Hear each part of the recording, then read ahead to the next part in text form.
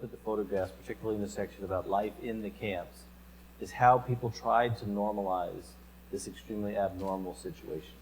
Whether they would have birthday parties or weddings or Boy Scout troops or play baseball in the fields. And some of the photographs, you can tell there is this determination to try to provide some kind of existence, particularly for the children. Now, I know Tule Lake was a little bit of extreme, but can you talk a little bit how that process happened, how you tried to make a community inside the barbed wire?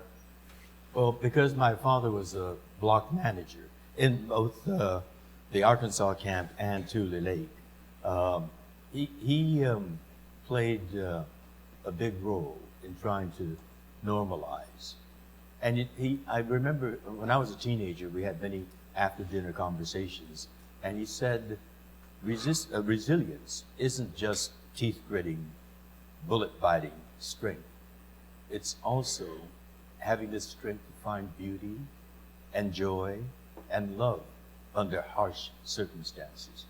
And so we had, after dinner in the mess hall, about once a month or maybe every 2 months, the teenagers were allowed to drag the tables and benches off, line the benches around the edge, and we had dances. And we have one of our production numbers in the musical Allegiance as the mess hall dance, where people meet. And our barrack was right across from the mess hall. And of course, we were small, so my mother put us to bed. But I love the big band sound, and like Benny Goodman and Tommy Dorsey, because that was the sound that I heard wafting over from the mess hall as I was dropping off to sleep. Teenagers had their dances. Many fell in love, and they got married in camp. And many people were born in camp.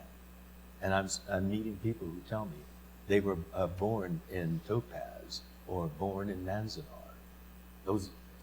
Even those names have a spiky, kind of pointed, sharp sound. Topaz, Manzanar. Tule Lake is a very lovely sound for a very ugly place. But, and my mother, when we were in Arkansas, it was lush.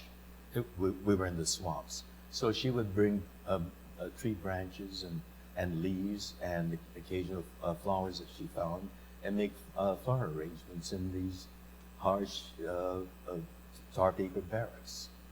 She created beauty out of ugliness.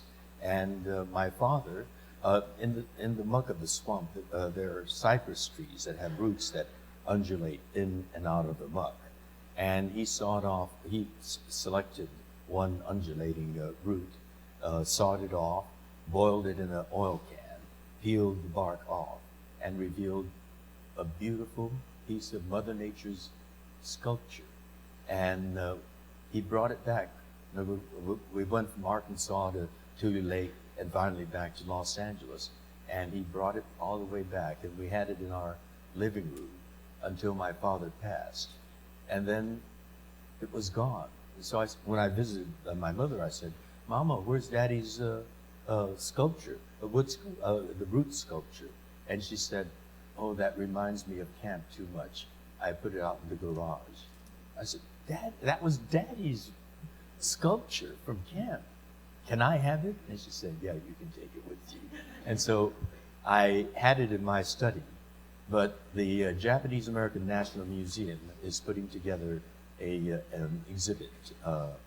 And they asked if they could borrow it for that exhibit to show the kind of beauty that the internees created.